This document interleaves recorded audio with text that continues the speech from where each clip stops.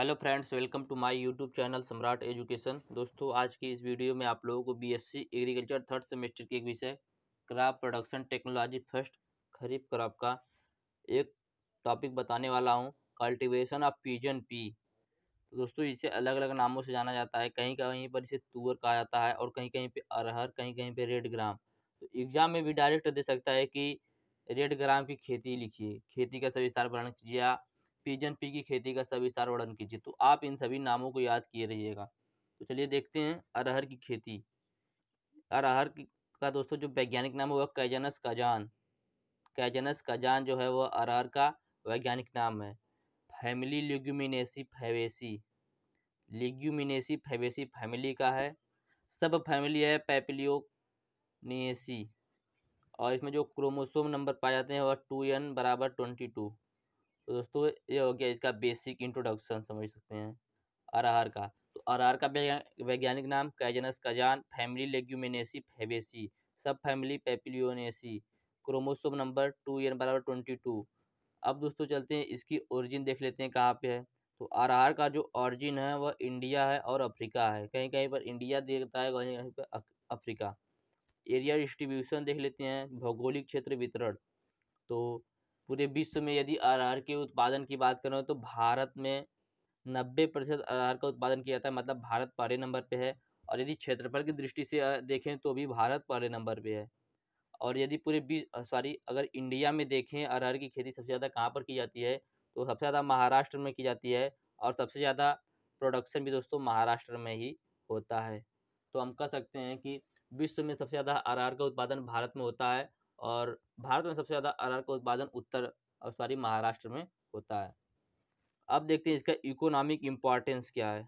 दोस्तों, इस सभी क्वेश्चन में बताने के बाद जो भी रहेगा हेडिंग सबको बताने के बाद एक बार मैं आप लोगों को लेक्चर के माध्यम से इसी वीडियो में बताऊंगा, ताकि जो क्लियर नहीं वो क्लियर हो जाए। तो देखते हैं इकोनॉमिक इम्पोर्टेंस क्या होता है, आर्थिक महत्व अरहर का।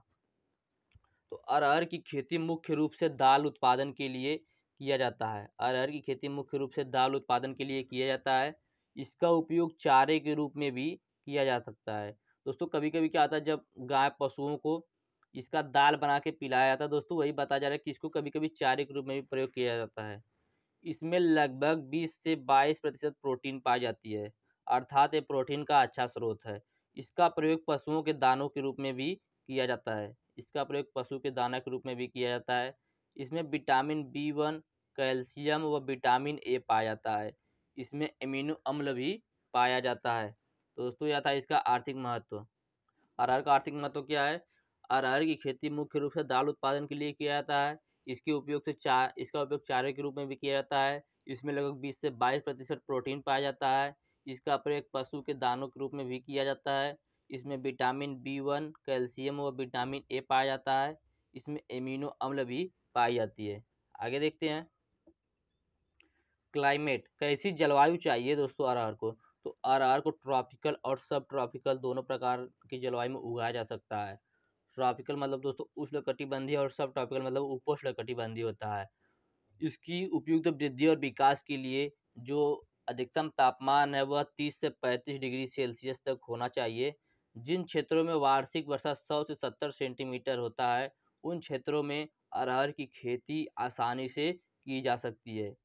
इसमें इसके पुष्पन से लेकर फली बनते समय तक उच्च तापमान की आवश्यकता होती है अरहर को।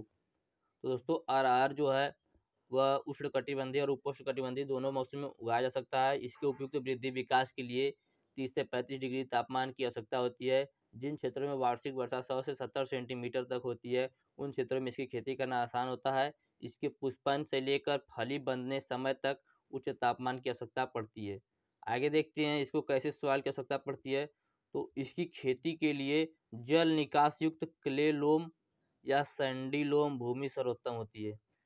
सवाल देख लेते हैं दोस्तों, अरहर को कैसी मिट्टी की आवश्यकता होती है? तो इसकी खेती के लिए जल निकास युक्त है। दोस्तों, अरहर को ज़्यादा पानी की आवश्यकता नहीं होती है, इसलिए ऐसी जगह पे इसकी खेती की जाती है जहाँ से जल की निकासी हो सके। तो अरहर की खेती के लिए जल निकास युक्त क्ले लोम या सैंडी लोम भूमि सर्वोत्तम होती है, जिसका पीएच 6.5 से 7.5 के बीच होता है। जिस भूमि का पीएच 6.5 से 7.5 के बीच में होना चाहिए। आगे देखते हैं वैरायटी कौन कौन सी है। तो प्रभात, टाइप 21 पूसा 84, टाइप 7 दोस्तों ये सब वैरायटियाँ हैं। टाइप 17 बसंत बहार, अमर, नरेंद्र अरहर 1, आजाद, मालवी विकास, सूर्यापंत अरहर 291, शारदा, मुक्ता, लक्ष्मी, ICPH 8। दोस्तों ये सब मुख्य दोस्तों वैरायटियां हैं, अरहर की मुख्य वैरायटियां हैं। तो इनमें से 4 से 5 वैरायटियों को आप लोग याद किए रहिएगा। एग्जाम पूछ सकता है कि अरहर की वैरायटियां लिखे, तो प्रभात टाइप 21, पूसा 84, टाइप 7, टाइप 17, बसंत बहार, नरेंद्र अरहर 1, आजाद, मालवी विकास, सूर्या पंत अरहर 291, शारदा, मुक्ता, लक्ष्मी, ICPH 8। इसमें दोस्तों सबसे जो उपयुक्त है दोस्तों वह है ICPH 8। आगे देखते हैं सोविंग टाइम, इसको किस मौसम में उगाया जा सकता है, बुआई के समय। तो जून के प्रथम सप्ताह से लेकर जुलाई के प्रथम सप्ताह तक जो है अरहर दोस्तों, अरहर की बुआई करना एकदम सबसे उपयुक्त माना जाता है। तो जून के प्रथम सप्ताह से लेकर जुलाई के प्रथम सप्ताह तक अरहर की बुआई की जा सकती है। यदि इस टाइम बुआई करेंगे तो दोस्तों उसकी जो उपज है कुछ अच्छा प्राप्त होगी। अब देख लेते हैं सीड रेट, कितने बीज की आवश्यकता पड़ती है 1 हेक्टेयर क्षेत्र में। तो 12 से 15 किग्रा प्रति हेक्टेयर क्षेत्र में, सॉरी 12 से 15 किग्रा प्रति हेक्टेयर के हिसाब से दोस्तों इसकी जो बुआई है वह होती है। यदि इसमें स्पेसिंग की बात करें तो यल बाई यल 60 सेंटीमीटर और P/P 20 सेंटीमीटर होना चाहिए। यदि दोस्तों जो पछेती अरहर है उसके लिए बात करें तो यल/यल 90 सेंटीमीटर होना चाहिए और P/P 30 सेंटीमीटर होना चाहिए। आगे चलते हैं। सोइंग मेथड, दोस्तों इसकी बुआई की जो विधि है वह क्या क्या है। तो एक होता है लाइन सोइंग, दूसरा होता है ब्रॉडकास्टिंग। लाइन सोइंग मतलब दोस्तों लाइन से बुआई करना, और ब्रॉडकास्टिंग मतलब होता है दोस्तों छिटकवा विधि। तो अरहर की बुआई की 2 विधि होती है, एक लाइन विधि होती है, एक छिटकवा विधि होती है। अब देख लेते हैं इसको कितने फर्टिलाइजर, कितने मैन्योर की आवश्यकता पड़ती है। तो 12 से 15 टन प्रति हेक्टेयर FYM की आवश्यकता पड़ती है अरहर को दोस्तों। FYM का मतलब होता है फार्म यार्ड मैन्योर, गोबर की खाद। नाइट्रोजन की बात करें तो 20 से 30 किग्रा प्रति हेक्टेयर। पोटेशियम की बात करें तो 40 से 60 किग्रा प्रति हेक्टेयर। सॉरी फास्फोरस की और पोटेशियम 30 से 40 किग्रा प्रति हेक्टेयर की आवश्यकता होती है। तो अरहर की 1 हेक्टेयर क्षेत्र के लिए 12 से 15 टन FYM प्रति हेक्टेयर, और नाइट्रोजन 20 से 30 किग्रा प्रति हेक्टेयर, फास्फोरस 40 से 60 किग्रा प्रति हेक्टेयर और पोटेशियम 30 से 40 किग्रा प्रति हेक्टेयर की आवश्यकता होती है। सिंचाई देख लेते हैं, सिंचाई कैसे होती है, कब की जाती है। तो अरहर की खेती जो होती है वह वर्षा ऋतु में की जाती है, इसलिए सिंचाई की आवश्यकता नहीं पड़ती है। नमी के अभाव में 1 से 2 सिंचाई कर देते हैं। दोस्तों आप लोग देखते होंगे अरहर की सिंचाई बहुत कम होती है। यदि नमी कम रहे तो 1 से 2 सिंचाई अरहर की जा सकती है। अब देख लेते हैं वीड मैनेजमेंट। फसल की बुआई के 20 से 25 दिन बाद पहली निराई गुड़ाई करके खरपतवार निकाल देना चाहिए, तथा दूसरी निराई गुड़ाई करके 40 से 50 दिन पर करना चाहिए। तो दोस्तों क्या बताया जाए, अरहर की बुआई के 20 से 25 दिन बाद पानी निराई गुड़ाई करके खरपतवार को निकाल देना चाहिए, तथा दूसरी निराई गुड़ाई 40 से 50 दिन पर करना चाहिए। रासायनिक रूप से यदि हमें खरपतवार का नियंत्रण करना है तो एलाक्लोर एक आता है दोस्तों, कीटनाशी होता है। एलाक्लोर के 3 लीटर मात्रा को 800 से 1000 लीटर पानी में घोलकर प्रति हेक्टेयर की दर से बुआई के बाद तथा अंकुरण से पहले प्रयोग करना चाहिए। अथवा बासालिन की 1 किग्रा मात्रा को 800 से 1000 लीटर पानी में घोलकर बुआई से पूर्व खेत में प्रयोग करना चाहिए। दोस्तों ये था वीड मैनेजमेंट। सर दोस्तों ये कीटनाशी नहीं था, वीड मैनेजमेंट दोस्तों खरपतवार नाशी था। आगे देखते हैं हार्वेस्टिंग, कटाई। तो अरहर की शीघ्र पकने वाली अगहनी फसल नवंबर से दिसंबर तथा देर से पकने वाली फसल चैती फसल मार्च अप्रैल में काटी जाती है। अरहर की शीघ्र पकने वाली जो फसल होती है अगहनी फसल, वह नवंबर से दिसंबर तथा देर से पकने वाली जो फसल होती है वह फसल मार्च अप्रैल में काटी जाती है। लगभग 75% फलियां पक जाने पर फसल को हंसिया गड़ासे से भूमि की सतह से काट लेना चाहिए। एग्जाम पूछ सकता है कि अरहर की कटाई कब की जा सकती है। तो आप कह सकते हैं 75% फसल को पक जाने पर अरहर की कटाई की जाती है। देख लेते हैं थ्रेसिंग। थ्रेसिंग क्या होता है, मड़ाई दोस्तों जिसे कहते हैं।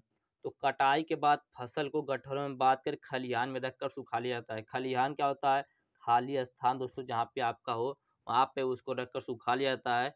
उसके बाद तख्ते लकड़ी के पटरे पर पीट कर मड़ाई कर लेते हैं। बड़े फार्मों पर इसकी मड़ाई के लिए पुलमैन थ्रेशर की बड़े फार्मों पर पुलमैन थ्रेशर की सहायता से अरहर की मड़ाई की जाती है। अब देख लेते हैं इसकी ईल्ड दोस्तों। सबसे मुख्य जो है कि अरहर के 1 हेक्टेयर क्षेत्र में कितना उपज प्राप्त होता है, तो अरहर की 1 हेक्टेयर क्षेत्र में 20 से 25 कुंटल दाना जो है वह प्राप्त होता है, 20 से 25 कुंटल भूसा प्राप्त होता है और 50 से 60 कुंटल जो उसका डंठल होता है, सूखा डंठल, वह प्राप्त होता है। तो दोस्तों यह था अरहर की खेती। अब मैं सभी को, आप लोगों को जितना मैंने बताया लेक्चर के माध्यम से एक बार बता दूंगा ताकि आप लोगों को क्लियर हो जाए।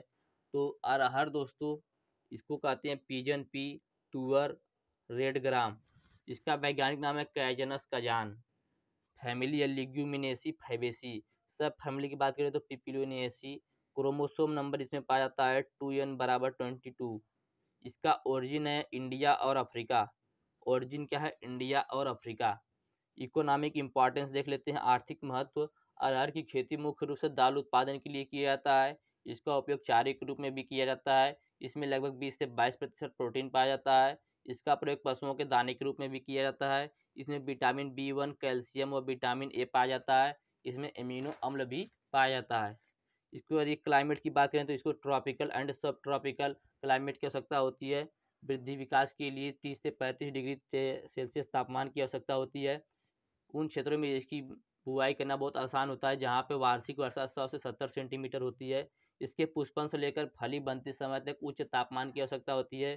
सॉइल की बात करें तो इसकी खेती के लिए जल निकास युक्त क्ले लोम या सैंडी लोम भूमि सर्वोत्तम होती है, जिसका पीएच मान 6.5 से 7.5 के बीच होता है। वैरायटियाँ की बात करें दोस्तों, इसकी वैरायटी प्रभात टाइप 21, पूसा 84, टाइप 7, टाइप 17, बसंत बहार, अमर, नरेंद्र, अरहर वन, आजाद, मालवी, विकास, सूर्या, पंत, पंत अरहर, शारदा, मुक्ता, लक्ष्मी, ICPH8।